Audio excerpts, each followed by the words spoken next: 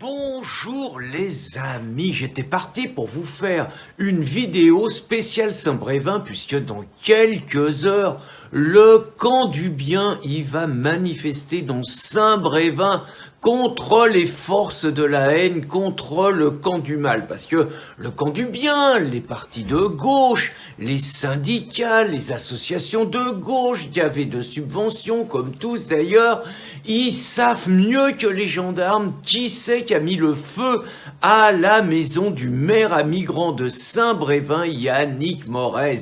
Ils savent que c'est l'extrême droite, ils ont pas de doute. Même si les gendarmes, ils disent que c'est un peu bizarre, la veille, il y avait toutes les manifestations de la gauche contre les retraites, il y avait eu du vandalisme sur le pont de Saint-Nazaire et tout, mais ça n'a rien à voir. C'est forcément l'extrême droite et son discours de haine qui est responsable des déboires du malheureux maire. Et donc ils vont manifester par centaines, peut-être par milliers, dans les rues de Saint-Brévin pour réclamer des mesures encore plus contraignantes contre la haine. Alors eux, il n'y aura pas de haine, ils auront qu'un discours d'amour, de tolérance et de paix. Donc je voulais vous parler de ça et puis j'ai décidé d'élargir un peu parce que vraiment on est dans une situation où le gouvernement, en fonction de à qui il a affaire, fait tout et son contraire. Par exemple, cette manifestation de Saint-Brévin qui va inciter à la haine contre un pan de la population, contre un parti, contre, disons, une sensibilité politique, c'est-à-dire les patriotes, il n'y a aucun problème contre les patriotes, on a le droit d'inciter à la haine. Par contre, vous avez vu que ce week-end, déjà le week-end d'avant, 6 initiatives patriotes avaient été interdites. Parmi celles-ci, la marche de place d'armes, des vieux militaires soucieux de l'avenir de leur pays, interdit parce que ça allait inciter à la haine, mais la mauvaise haine, celle-là, vous voyez. Et puis, un colloque et une manifestation de l'Action française, constituée de beaucoup de jeunes, hommes et femmes, interdit aussi. Eux, ils se sont débrouillés, ils ont fait un référé, ils sont passés au travers les gouttes, et donc au total, 6 initiatives interdites. Et pour bien montrer que le message de Darmanin avait été bien compris et que donc dorénavant toutes les initiatives de ce qu'ils appellent l'extrême droite et l'ultra-droite, qui ne sont en fait que des patriotes coupables de trop aimer leur pays pour le laisser envahir par des migrants, la plupart du temps africains et musulmans. Donc pour montrer que ces initiatives dorénavant seraient interdites, on a empêché carrément le comble de l'ignominie, un hommage prévu dans l'ouest de Paris à l'initiative de l'Iliade, une association patriote et défendant la culture européenne, donc une initiative rendant hommage à Dominique Vénère, cet homme qui s'est donné la mort il y a 10 ans pour réveiller, disait-il, les consciences assoupies.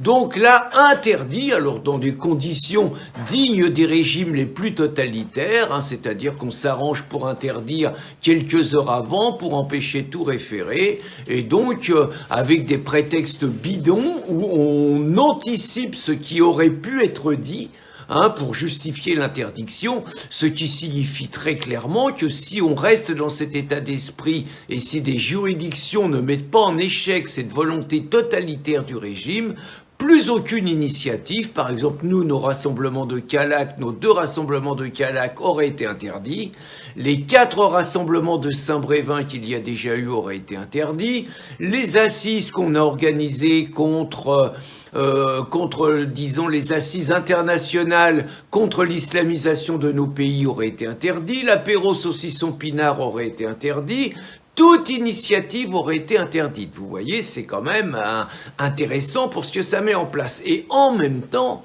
dans l'Indre, donc, ce qu'ils appellent un technival, qui s'appelait auparavant les rave parties. C'était pour fêter les 30 ans des premières rave parties. Alors c'était superbe, hein. Les jeunes, ils arrivaient, ils piquaient un terrain, ils demandaient pas l'avis au proprio, au bouseux, hein. Le terrain c'est à tout le monde, il n'y a pas de problème.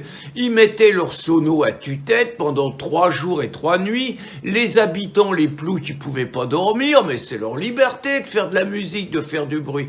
Tout le monde se camait, tout le monde picolait et tout le monde était content. C'était la liberté retrouvée de la jeunesse. Donc 30 ans plus tard, maintenant ça s'appelle des technivals. Le gouvernement avait interdit, hein, là, alors que je vous disais qu'à l'hommage à Dominique Vénère, il y avait une autorisation de déposer. Là, il n'y a pas d'autorisation. Le gouvernement, de toute façon, dit c'est interdit, on veut pas. Et naturellement, tout le monde passe outre et on se retrouve avec entre 20 000 et 30 000 mecs pendant 3 jours, alors avec un ensemble de blessés graves, les mecs sous emprise de drogue dure, d'alcool, des mecs qui s'endorment dans les fossés, d'autres qui font une marche arrière qui leur roule dessus. Enfin, un truc interdit, mais tellement interdit que l'État mobilise 300 gendarmes, l'État mobilise 70 ou 80 personnels soignants, l'État mobilise des associations pour aider les mecs et tout. Bref, l'État met un fric dingue dans cette affaire. Il n'y a aucune interdiction sur le terrain, il n'y a aucune répression. Moi, je rappelle que les manifestations qu'on faisait à Vannes contre la dictature sanitaire, l'État se permettait carrément de verbaliser à hauteur de 135 € des mecs qui n'étaient même pas interpellés, mais simplement sur un fichier qui avait été mis en place. Là, aucune verbalisation, rien, tout va bien. Les mecs sont partis, les habitants vont pouvoir redormir, et finalement, le constat qu'on fait est totalement accablant, mais guère étonnant, c'est que ce régime de pourri, hein, là c'est vraiment, on peut pas dire autre chose, ce régime qui interdit la parole libre des patriotes coupables de trop aimer leur pays, ce régime préfère de beaucoup une jeunesse dégénérée, une jeunesse toxico, une jeunesse de consommateurs, une jeunesse quelque part d'assistés qui n'a aucune conscience politique, qui est complètement dans une espèce de culture de la destruction, de la consommation, du nihilisme complètement. Eh bien, cet État qui veut détruire le pays et notre civilisation préfère de beaucoup les dégénérer aux patriotes, aux résistants, à ceux qui refusent de voir leur pays disparaître, submergé par l'invasion migratoire majoritairement africaine et musulmane. Il faudra s'en souvenir quand viendra l'heure, j'espère le plus vite possible, des comptes. Bonne journée les amis!